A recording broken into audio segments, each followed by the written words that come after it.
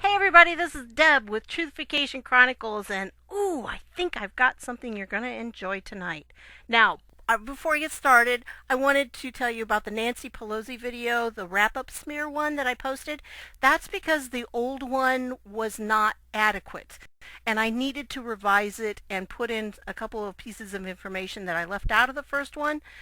So I wanted to redo it and make it so it's better for you to share because it does tell about the psychological projection, which is really an important part of understanding the whole clip. And that, yes, she was talking about the Republicans, but it was really projection. Okay, so anyway, I made it so it's better for you to share. The other one's still there, but it's unlisted. If you still have a link to it, your link is fine. It's still legitimate. But I just wanted to put it aside a little bit and put this one up front so I stop getting comments from people that say, you're deceiving us because you didn't play the full clip. Although I put it in there like 5 times in 5 different places for them so they could click on it or see that there's another video that explains it and that has a full clip on it. But oh no, they didn't pay attention to that. I just wanted to clear it up and I wanted to give you a good copy that you could share. So let's go on. This is the video for tonight. Well, it's going to come out tomorrow morning. So here we go. Bye bye Buzzfeed. I got this from 8chan. And I really think that this is gold. I think that this Anon is spot on with this, and I'm going to show you why. We've got a lot of things to investigate here. So, are you ready? Let's go.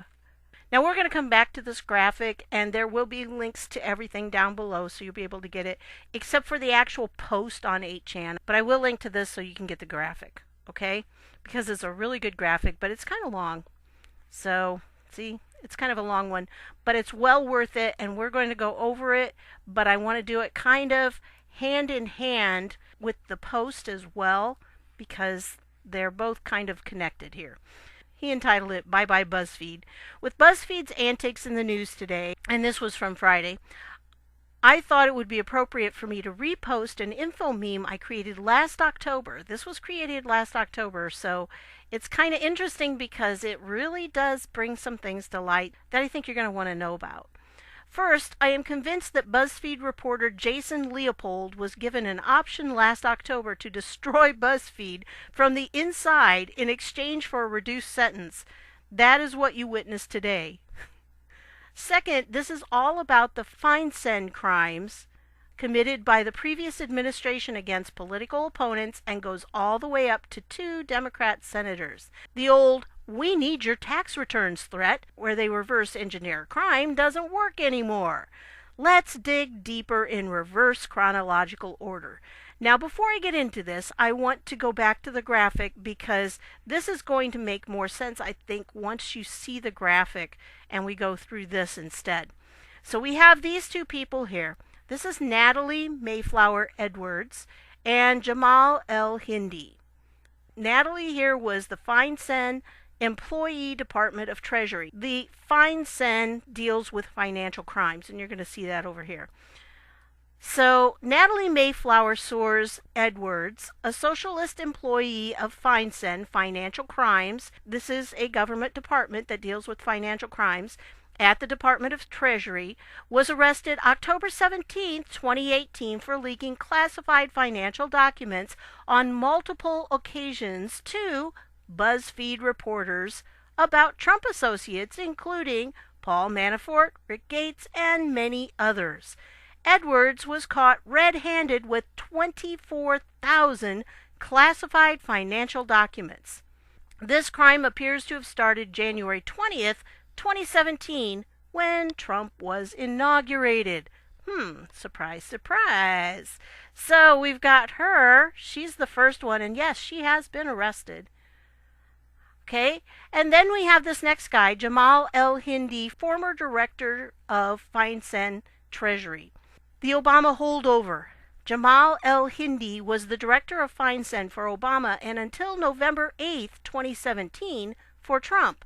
He has been called the mastermind behind Obama's choke point operation that was designed to financially target and destroy political operatives, businesses, diplomats, foundations, and individuals that were deemed a threat to socialism.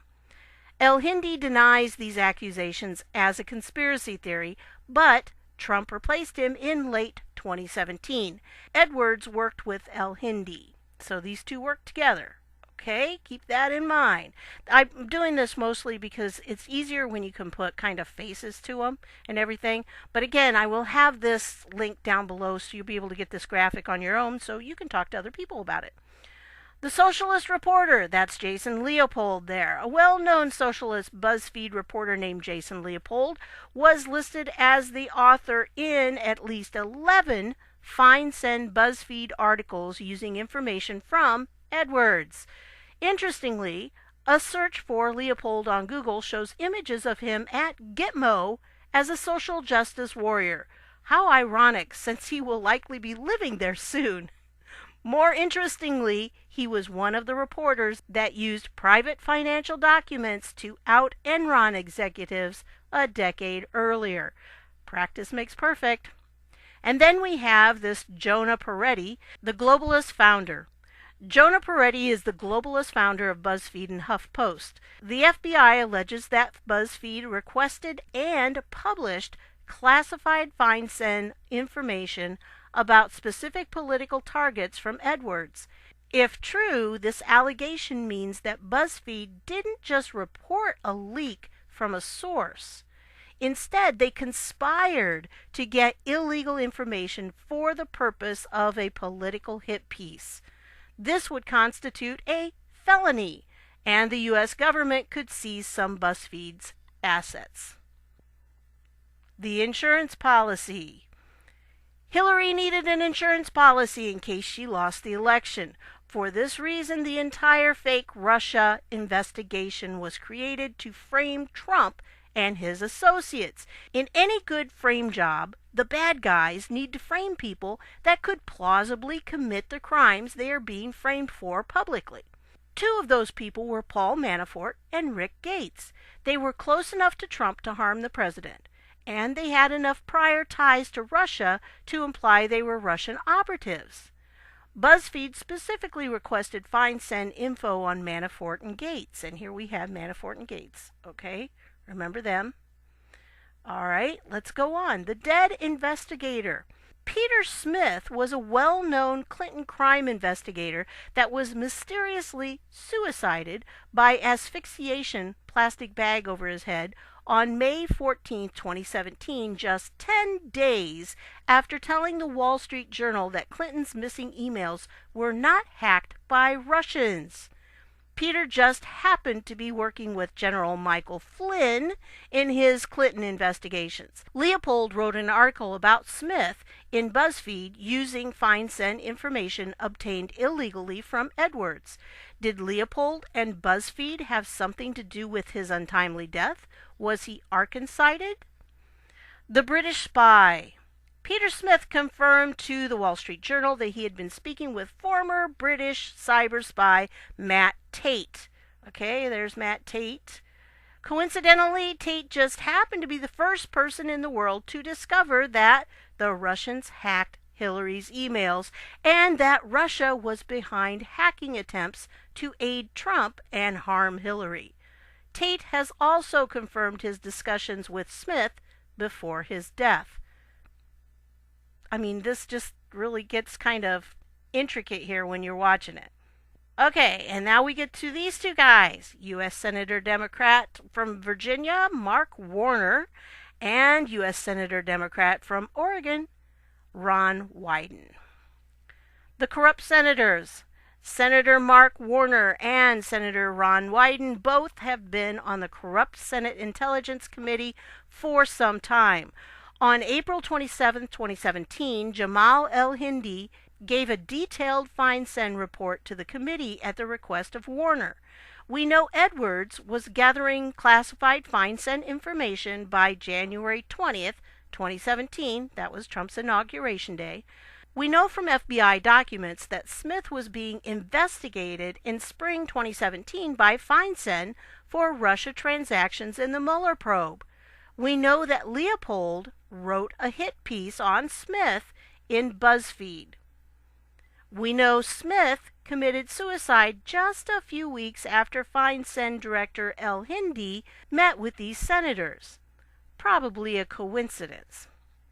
The weaponized Treasury. The leak of this FinCEN information right before the election will be downplayed by the media because they know it leads all the way to Obama's weaponization of the media, Treasury, DOJ, and FBI to attack political opponents in a treasonous effort to undermine Trump's presidency.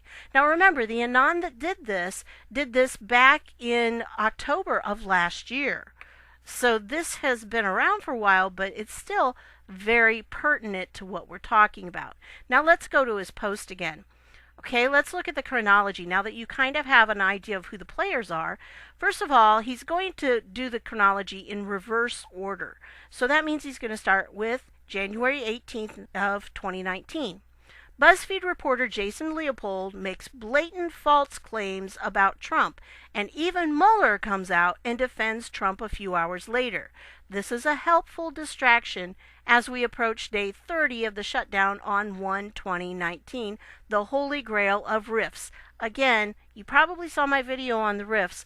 I'm not so sure that's what's going to happen, but I'm also saying there could be a way around it that I haven't seen. People have sent me different things.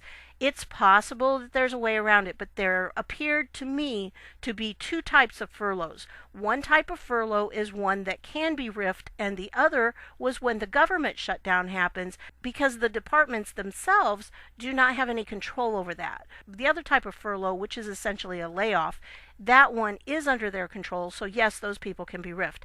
Now, it's possible that the SES people can be riffed because they are under different rules than the regular people, so I'm not sure. But from what I saw in that article, I don't think the riff is the purpose, but it could be. Who knows? I mean, Trump is really a master player, and so this guy believes that that's what's going to happen on the 20th. So then he goes on, he says, old way of thinking. You are meant to think he is out to get Trump. New way of thinking. What if he is flipped and out to get Buzzfeed? Why? Optics, timing, logic. Let's look at the timeline in reverse chronological order. And here's where he really starts getting into it. 10/17/18. FinCEN employee Natalie Edwards arrested for leaking financial records to Jason at Buzzfeed starting after 1/2017, after Trump was inaugurated. Okay, now Natalie Edwards, what do we find out about her? Well, let's go here. This is the Department of Justice website, and here is on October 17, 2018. She was arrested and charged with unlawfully disclosing SARs, and SARs are, down here, suspicious activity reports is what they are. So let me read just a little bit of this and you'll be able to get an idea of what it is. Okay, so all these people announced today the filing of a criminal complaint charging Natalie Mayflower Sowers Edwards. Look at this, aka Natalie Sowers, aka Natalie May Edwards, aka May Edwards. She's got a lot of aliases there.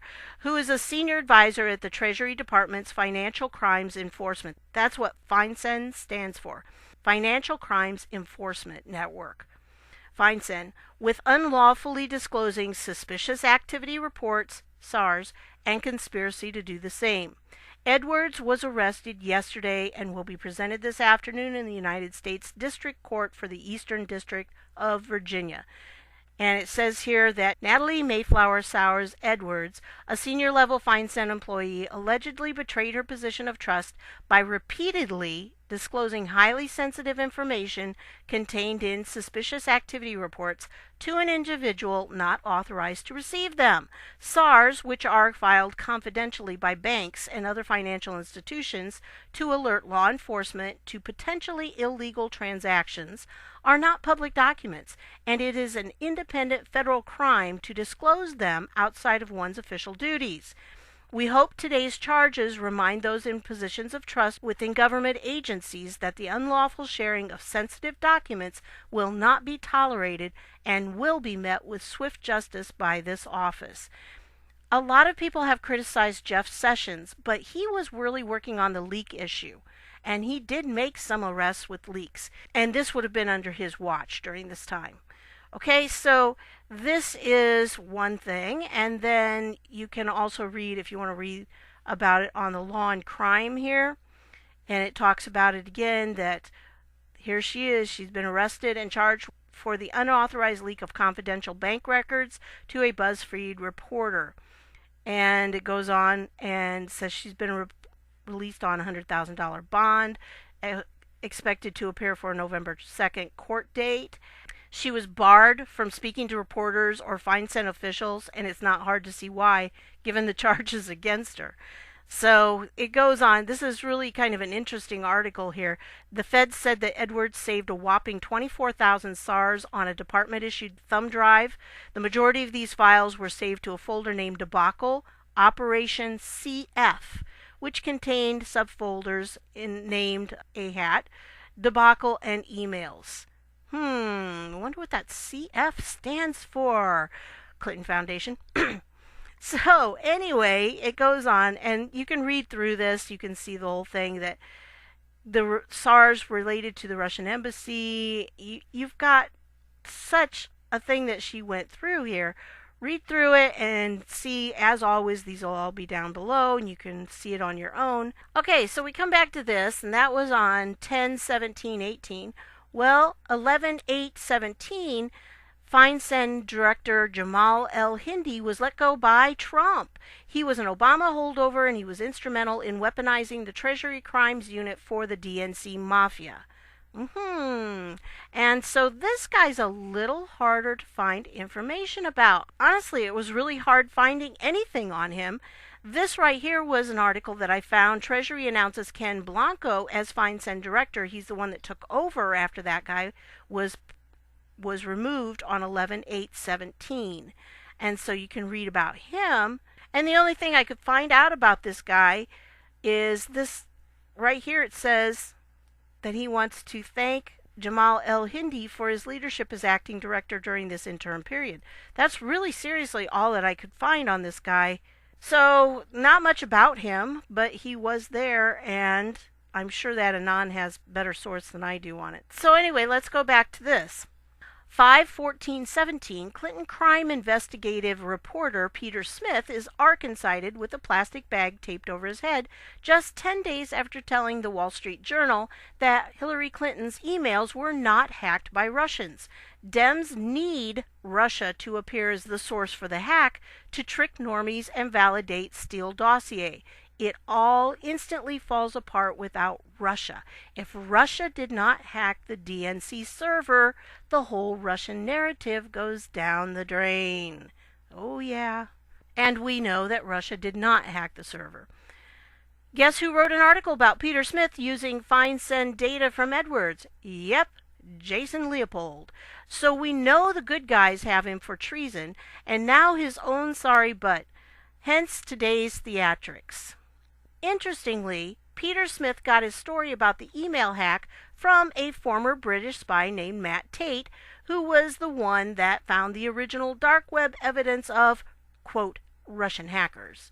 Of course, we know that the bad guys, CIA, made it look like Russia so they could create Putin-Trump Tower pretext by throwing rumors that are vomited as news by their fake news media machine, and Moss there is Mossad.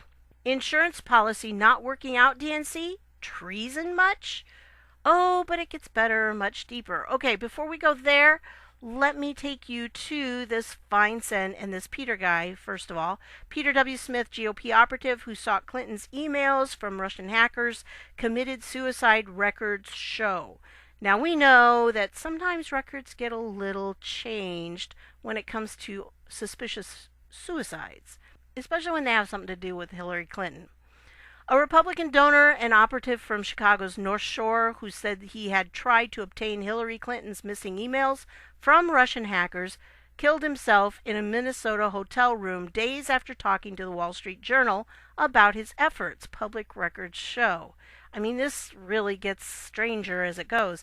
In mid-May, in a room at a Rochester hotel used almost exclusively by Mayo Clinic patients. Now, if you know, there's a lot of rumors about what's going on with the Mayo Clinic and organs and stuff like that.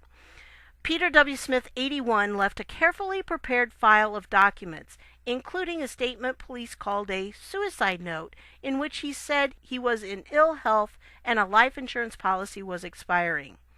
Yeah, let's go on. Days earlier, the financier from suburban Lake Forest gave an interview to the Journal about his quest, and it began publishing stories about his efforts in late June. The Journal also reported it had seen emails written by Smith showing his team considered retired Lieutenant General Michael Flynn, then a top advisor to Republican Donald Trump's campaign, an ally. Flynn briefly was President Trump's national security advisor and resigned after it was determined he had failed to disclose contacts with Russia. The newspaper reported Smith's May 14th death came about 10 days after he granted the interview. Mystery shrouded how and where he had died, but the lead reporter on the stories said on a podcast he had no reason to believe the death was a result of foul play because nobody around Hillary Clinton has ever died suspiciously, and that Smith likely had died of natural causes.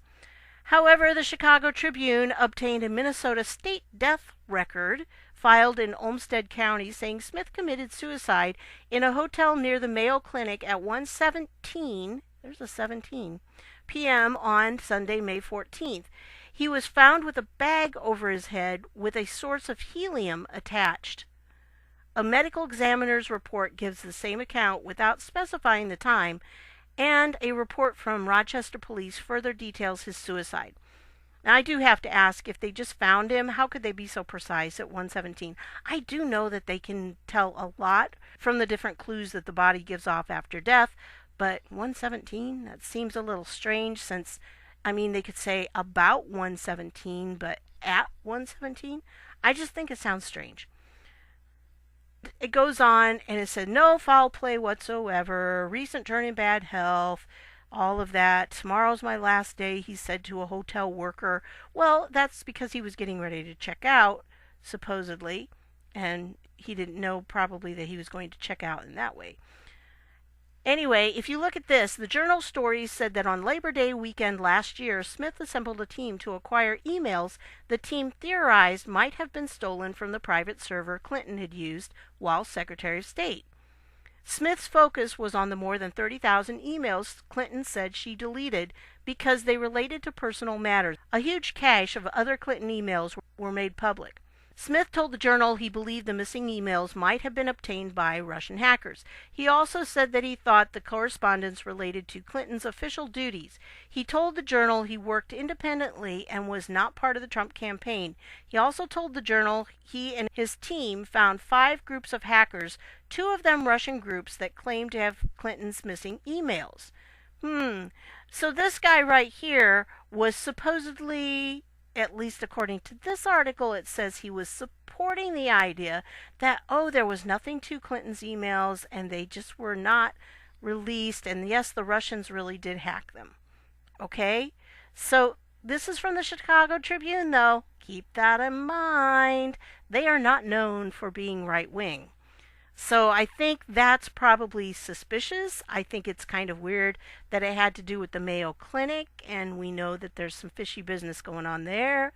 So yeah, we've got that. Now let's move on to something else I found here. Look at the name of these attorneys at law. Interesting name. Anyway, this article right here, FinCEN quietly extends real estate geographic targeting orders for another 6 months. This was in April of 2018.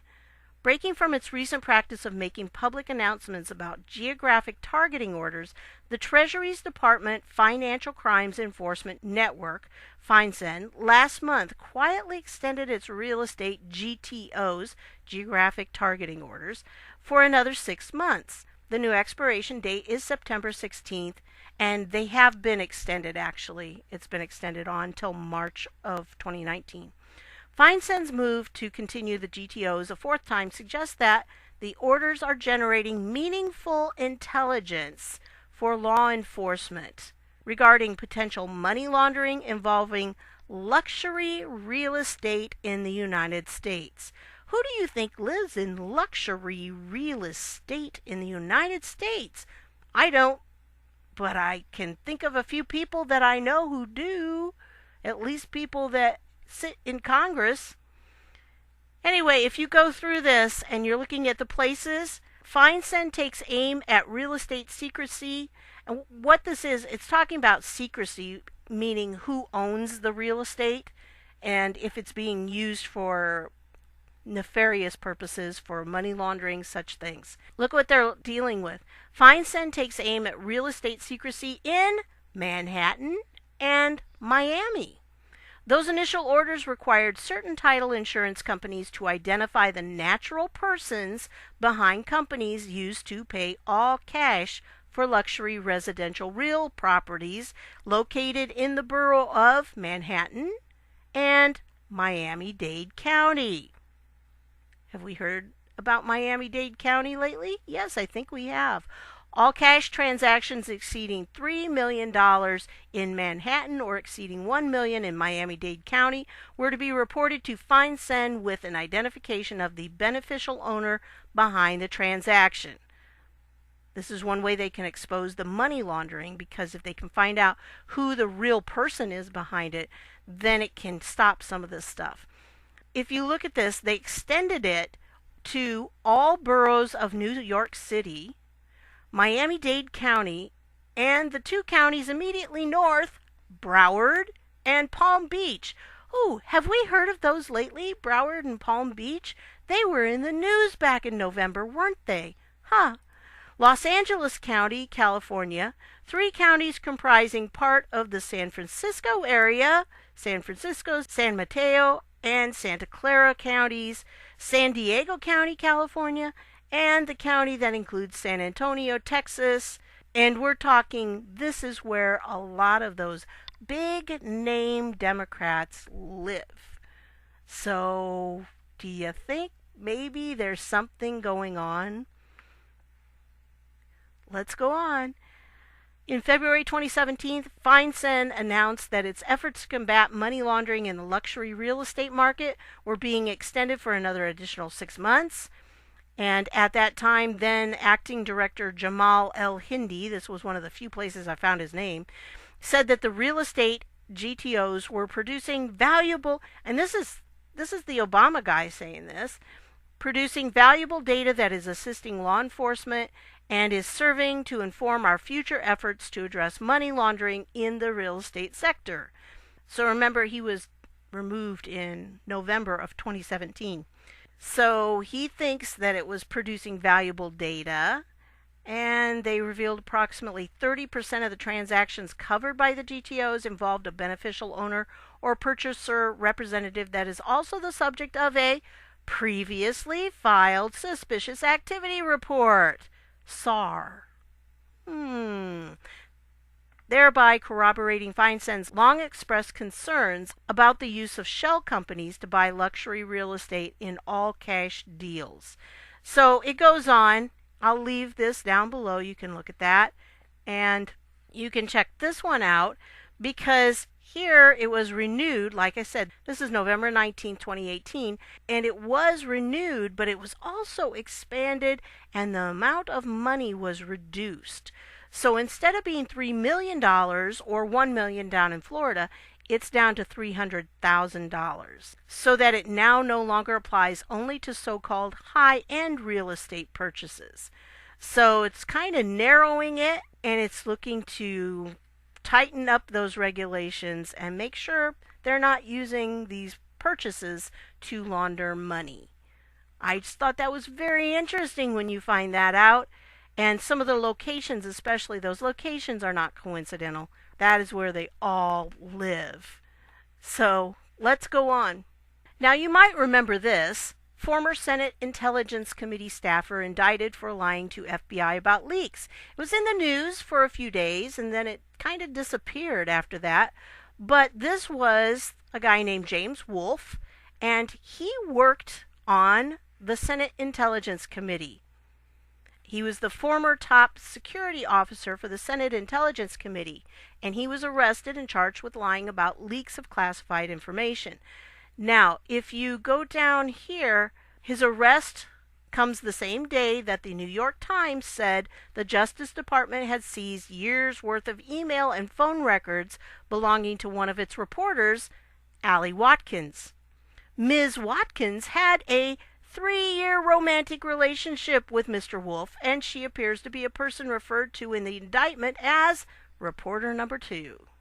The indictment says Mr. Wolfe, now 58, started a relationship in 2013 with an undergraduate student who was now also working as an intern with a news service. New York Times. They exchanged tens of thousands of text messages over the next few years, according to the document, including one message where he admits he always tried to give you as much information that I could and to do the right thing with it so you could get that scoop before anybody else. The two also exchanged a number of messages on April 3rd, 2017. The indictment says the day Ms. Watkins, then a reporter at Buzzfeed, wrote a story saying Mr. Page met with a Russian spy. Mr. Page as in Carter Page, who was the big FISA that we're all wanting to see. He was the subject of that. The indictment says reporter number 2 then appeared on a national cable television network to talk about the story, and Ms. Watkins appeared on MSNBC that night. Approximately 90 minutes later, Wolfe and reporter number 2 had a phone call lasting 15 minutes, the indictment says. Roughly 1 month before the BuzzFeed article appeared, the Senate Intelligence Committee received a classified document detailing Mr. Page's activities. That day, Mr. Wolfe, who received, maintained, and managed the document, exchanged 82 messages with reporter number 2, as well as a 28-minute phone call later that evening, according to the indictment. By the way, the Carter Page FISA document is about 82 pages long. It might have been like 84. There were a couple pages that were blank, and so I think this was the 82 actual pages that had text on them. And you know what? She got to see what's underneath all those black marks, the things we have not seen. Mr. Wolfe stopped doing work at the committee in December and retired from his job last month, the New York Times said in a story posted to its website Thursday. Ms. Watkins in the story admitted to the relationship but denied Mr. Wolfe had been a source. She said she had told both BuzzFeed and Politico, her previous employers, about her relationship. The relationship had ended by the time she joined the Times, the paper said. Anyway, so it was disconcerting. Definitely disconcerting that the Justice Department obtained his client's phone and email records. Yep, because it's nailing her. She's guilty. Anyway, so this is about Wolfe, in case you didn't know much about that. So I'll leave this article again down below so you can read about that. But that's an important thing to know before we go back to what the Anon said. Okay, so that brings us down here. Insurance policy not working out, DNC. Treason much? Oh, but it gets better and much deeper. 4/27/17. Democrat Senator Mark Warner, Democrat from Virginia, and Senator Ron Wyden, Democrat Oregon, were both on the treasonous and corrupt Senate Intel Committee. They just happened to request FinCEN Director El-Hindi to present to the Intel Committee about an investigation into Peter Smith, the guy who died from the helium. I mean, really, supposedly there were helium tanks there, and he had filled up the plastic bag with helium, and that's how he died, which is very odd. And there were 2 tanks, and it's just kind of an odd situation when you read about that. So they had El-Hindi present to them an investigation into Peter Smith and others linked to Russia. I would contend that every Democrat on that committee in 2017 has recently been convicted of treason. We will not miss you, Feinstein. So what does this all mean today? We are in control. Bye-bye BuzzFeed. Jason is controlled. FinCEN has flipped. Warner and Wyden are effed. Getting some new senators. So much winning. So that's what he has to say now. Like I said, I've got documentation for everything that he was saying on the timeline. About his conclusions, of course, they're his own, but I think they are logical and they definitely make sense with the whole storyline.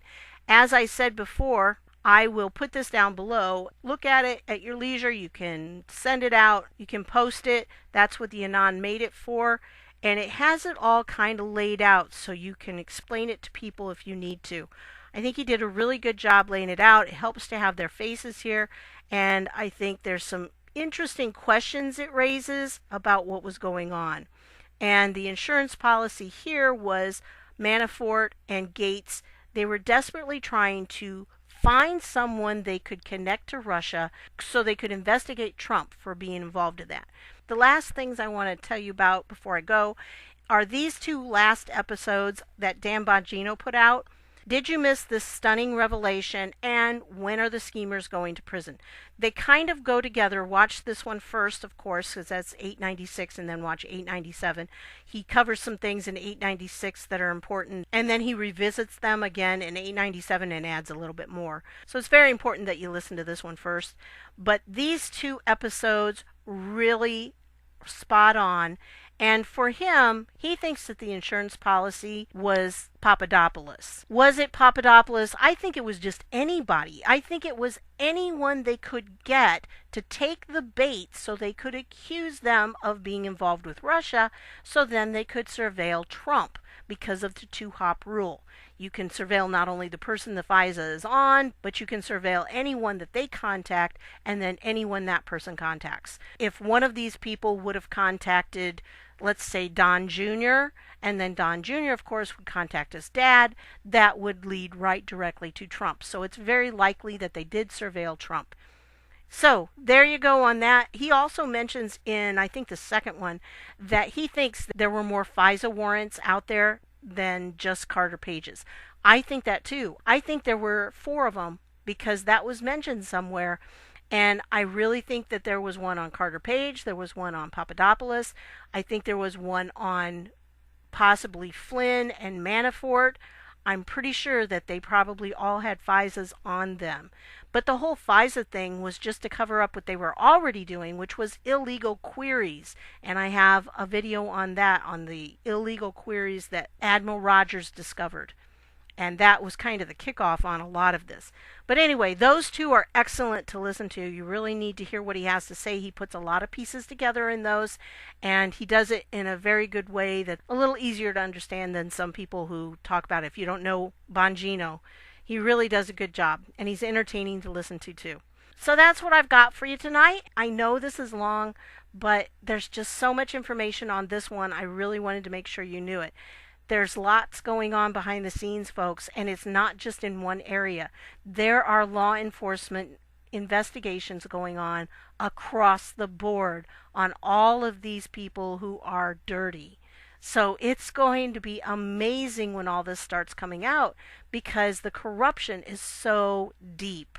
Once it starts coming out, it's going to be like dominoes falling, one after the other after the other. So that's what we've got to look forward to, and I think 2019 is going to be a spectacular year.